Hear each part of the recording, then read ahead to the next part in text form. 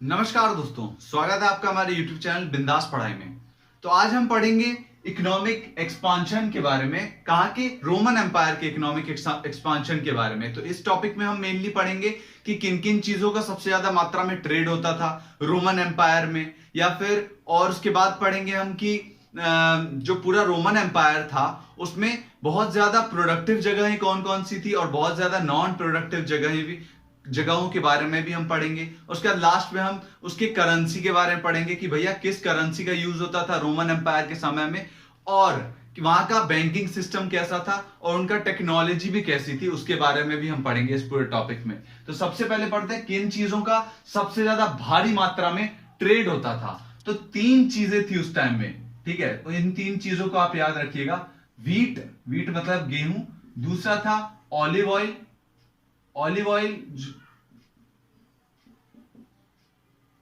और तीसरा था क्या, वाइन, ठीक है। इन तीनों चीजों का सबसे ज्यादा भारी मात्रा में जो ट्रेड था वो होता था कहां पे, रोमन एम्पायर में। और इन्हीं तीन चीजों का सबसे ज्यादा कंजप्शन भी होता था रोमन एम्पायर में ही। तो मेनली कुछ कुछ जगहें थी जो इन तीनों चीजों को प्रोड्यूस करती थी, जो जिन जगहों में आता है सबसे पहले स्पेन,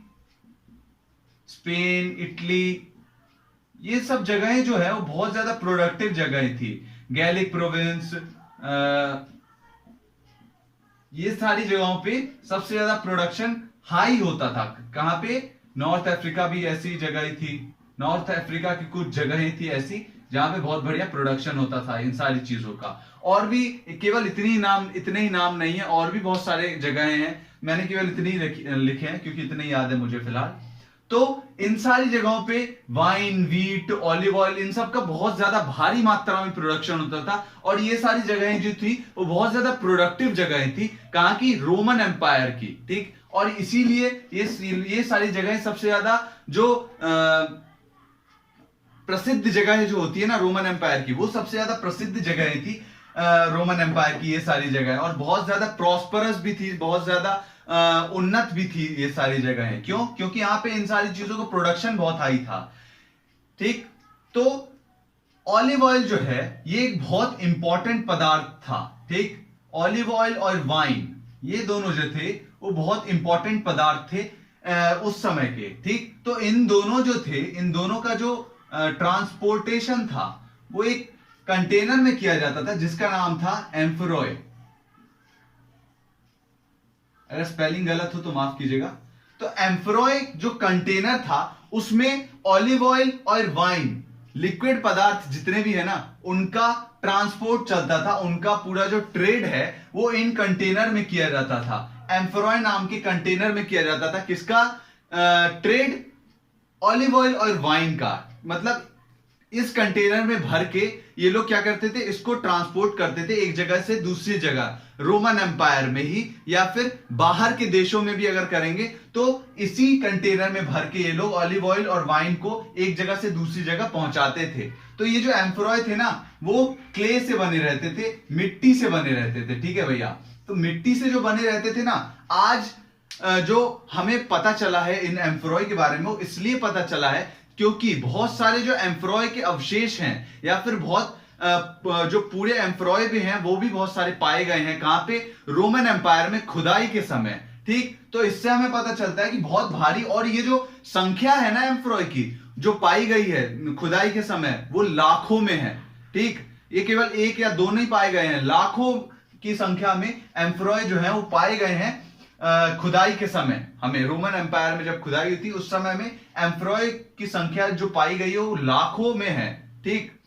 तो इससे हमें पता चलता है कि बहुत भारी मात्रा में इसका प्रयोग होता था और बहुत भारी मात्रा में इन दोनों चीजों का ट्रेड या फिर ट्रांसपोर्ट किया जाता था पूरे रोमन एम्पायर में, ठीक। तो हमें ये पता चल गया ये दोनों कमोडिटी जो है वो मेन है। तो हम बात करेंगे अब ऑलिव ऑयल, केवल और केवल ऑलिव ऑयल की। तो जो स्पेन है ना, स्पेन सबसे ज्यादा भारी मात्रा में प्रोड्यूस करता था ऑलिव ऑयल। किस समय के बीच में ये करता था? सेकेंड सेंचुरी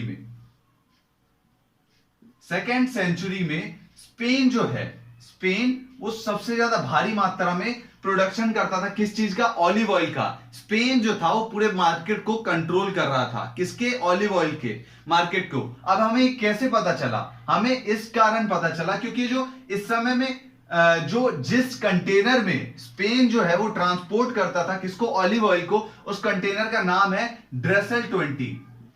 ठीक, क्या नाम है इस कंटेनर के नाम को याद रखिएगा, पेपर में 1 वर्ड में भी पूछता है, ये क्वेश्चन जरूर पूछता है। ठीक, तो ये जो ड्रेसल 20 नाम का कंटेनर था ना, इसमें किसका ट्रांसपोर्ट किया जाता था, किसको भर के, ऑलिव ऑयल को इस कंटेनर में भरते थे। उसके बाद इसका जो सर्कुलेशन है या फिर इसका जो ट्रांसपोर्टेशन है वो होता था।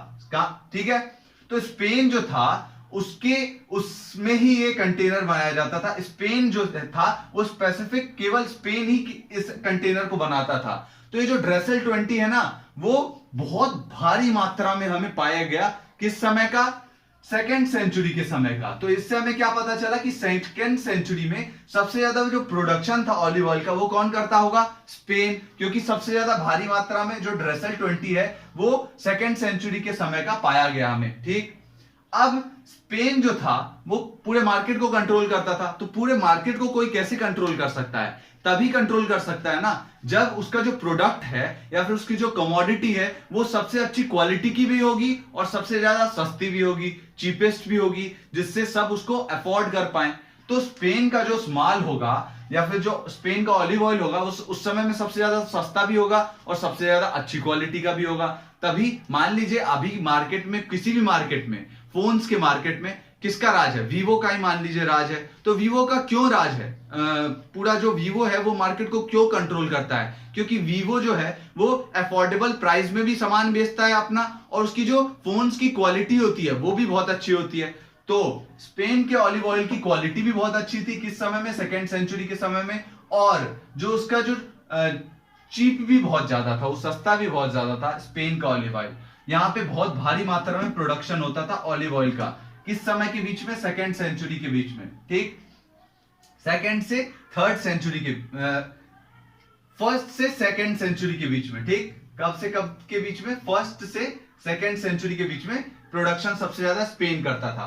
अब अगर हम बात करें फोर्थ से फिफ्थ सेंचुरी के बीच में, फोर्थ से फिफ्थ सेंचुरी के बीच में, तो स्पेन से कंट्रोल किसने ले लिया, स्पेन से ये कंट्रोल ले लिया नॉर्थ अफ्रीका ने।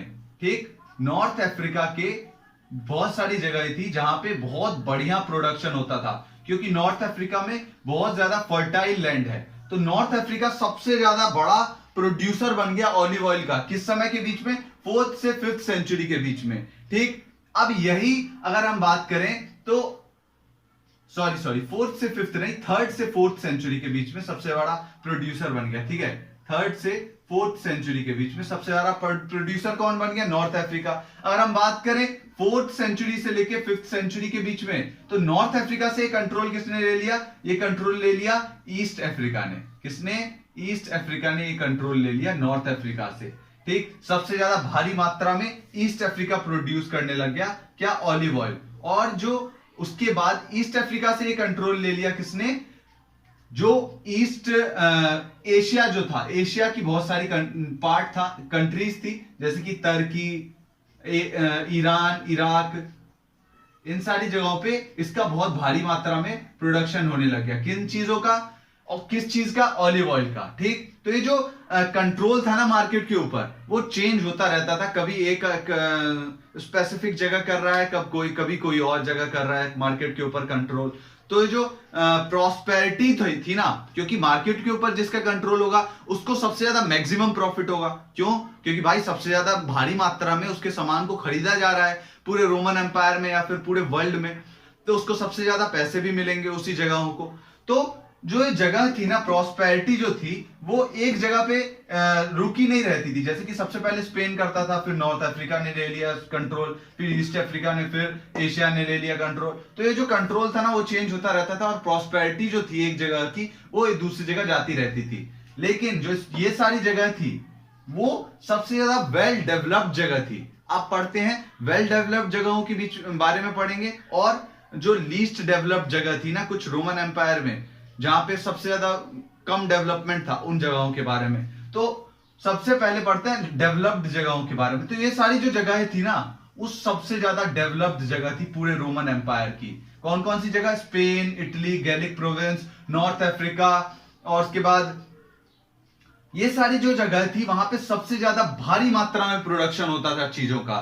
ठीक, जैसे कि अगर हम स्पेन की बात करें, स्पेन सबसे ज्यादा भारी मात्रा में ऑलिव ऑयल का प्रोडक्शन करता था। अगर हम इटली की बात करें तो इटली सबसे ज्यादा भारी मात्रा में वाइन का प्रोडक्शन करता था। किसका? वाइन का प्रोडक्शन करता था। कौन? इटली।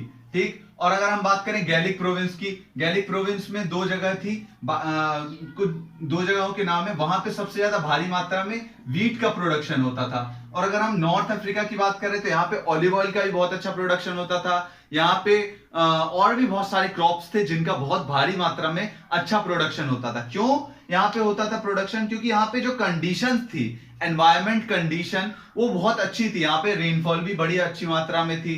यहाँ पे जो सॉइल थी वो बहुत ज्यादा फर्टाइल थी। तो ये सारी जो जगहें थी वो सबसे ज्यादा वेल डेवलप्ड जगह थी पूरे रोमन एम्पायर की। यहां से सबसे ज्यादा भारी मात्रा में पैसा आता था रोमन एम्पायर को। क्यों? क्योंकि ये सबसे ज्यादा प्रॉस्परस जगह थी, सबसे ज्यादा अमीर अमीर जगहें थी। लेकिन कुछ जगह ऐसी भी थी रोमन एम्पायर में, पूरा रोमन एम्पायर अमीर ही नहीं था, कुछ गरीब जगहें भी थी रोमन एम्पायर में। तो वो गरीब जगहें कौन कौन सी थी? अगर हम बात करें तो नॉर्थ अफ्रीका में, नॉर्थ अफ्रीका जो था वो पूरा बहुत ज्यादा डेवलप्ड जगह थी। लेकिन नॉर्थ अफ्रीका में ये कुछ ऐसी भी जगह थी जैसे कि नुमीडिया, नुमीडिया नाम की कोई जगह है जो आपकी बुक में दी हुई है। तो नुमीडिया जो थी वो पूरा वहां पे ट्राइबल लोग रहते थे, ट्राइबल कम्युनिटी के लोग रहते थे। आपको पता है जहां पे ट्राइबल लोग रहेंगे वहां पे जो पूरा डेवलपमेंट का जो रास्ता है वो रुक जाएगा, क्योंकि ट्राइबल लोग डेवलप नहीं होते हैं। ठीक, तो यहाँ पे जो नुमीडिया जगह थी ना वो बहुत ज्यादा लीस्ट डेवलप्ड थी, क्योंकि वहां पे ट्राइबल लोग बहुत भारी मात्रा में रहते थे। और रोमन एम्पायर में ऐसी बहुत सारी जगहें थी जहां पे ट्राइबल जो कम्युनिटी है ना वो बहुत भारी मात्रा में रहती थी, इसलिए वो सारी जगह बहुत ज्यादा कम डेवलप्ड थी। वहां पे जो डेवलपमेंट था वो बहुत कम मात्रा में हो पाता था। ठीक, तो ऐसी ही नुमीडिया हो गया, जैसे कि और भी जगह थी जैसे कि नॉर्थ स्पेन। स्पेन के अगर नदर्न पार्ट की बात करें तो स्पेन के नदर्न पार्ट में भी बहुत सारी ऐसी जगह थी जहां पे, जैसे कि एक जगह थी जहां पे केल्टिक भाषा बोली जाती थी स्पेन में।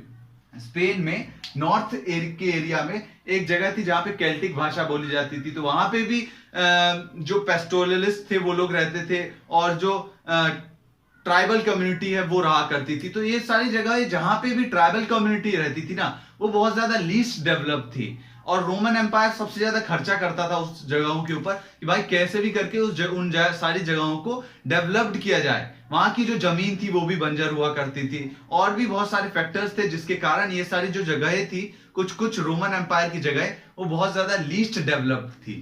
ठीक, तो अब बात करते हैं कुछ इंपॉर्टेंट चीजों की, जैसे कि टेक्नोलॉजी। तो ये लोग बहुत अच्छी टेक्नोलॉजी का यूज करते थे। किस चीज में? माइंस में। माइंस जो होती है, स्पेन था, स्पेन में गोल्ड की और सिल्वर की बहुत ज्यादा मात्रा में माइंस थी। ठीक, जहां से बहुत ज्यादा भारी मात्रा में सिल्वर और गोल्ड को निकाला जाता था जमीन के अंदर से, माइंस में से। ठीक, तो ये लोग माइंस में हाइड्रोलिक पावर का यूज करते थे। हाइड्रोलिक पावर का ये लोग यूज करने लग गए माइंस में से सोना या चांदी निकालने के लिए। ठीक, ये हाइड्रोलिक पावर का यूज करते थे ये लोग, जिससे जो माइंस में से, माइन में जो खुदाई थी ना उसका काम बहुत ज्यादा आसान हो गया था।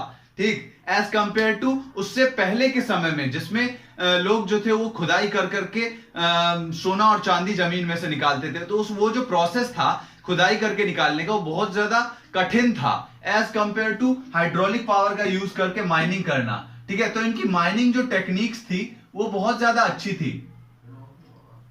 ठीक है, तो हम ऐसा नहीं बोल सकते हैं कि ये लोग बहुत ज्यादा पिछड़े हुए थे। रोमन एम्पायर के समय के में जो लोग थे वो बहुत ज्यादा पिछड़े हुए थे। इनके पास बढ़िया बढ़िया टेक्नोलॉजी का इन लोगों ने इजाद कर लिया था, और उसके बाद बहुत अच्छे अच्छे एग्रीकल्चर के फील्ड में भी बहुत अच्छे अच्छे इन्होंने आविष्कार कर लिए थे। और उसके बाद हम बात करें तो इन्होंने वाटर की जो स्पीड है ना उसका बड़ा अच्छा इस्तेमाल किया था। वाटर मिल्स, इन्होंने बड़े बड़े वाटर मिल्स इन्होंने बनाए थे। वाटर मिल्स से लोग क्या करते थे?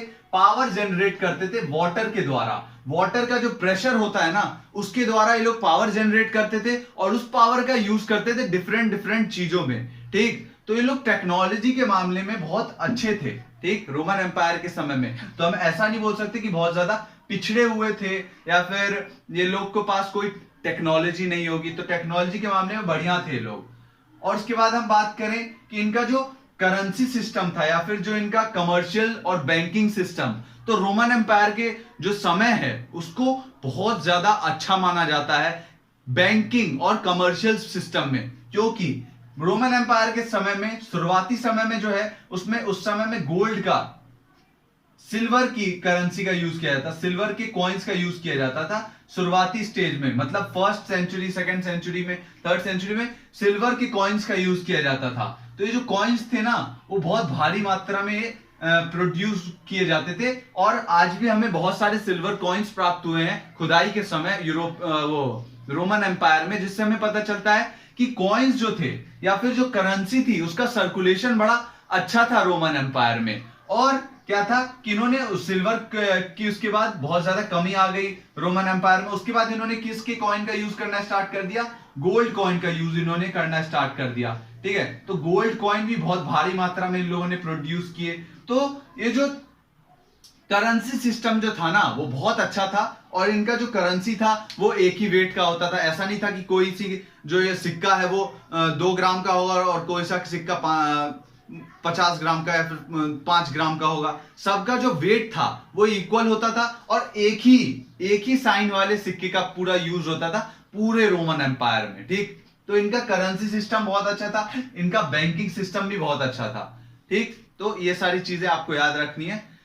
बस इतना ही था इस वीडियो में। धन्यवाद इस वीडियो को देखने के लिए। अगर आपको वीडियो पसंद आई हो तो प्लीज वीडियो को लाइक कीजिए, शेयर करिए और प्लीज चैनल को सब्सक्राइब करिए। धन्यवाद।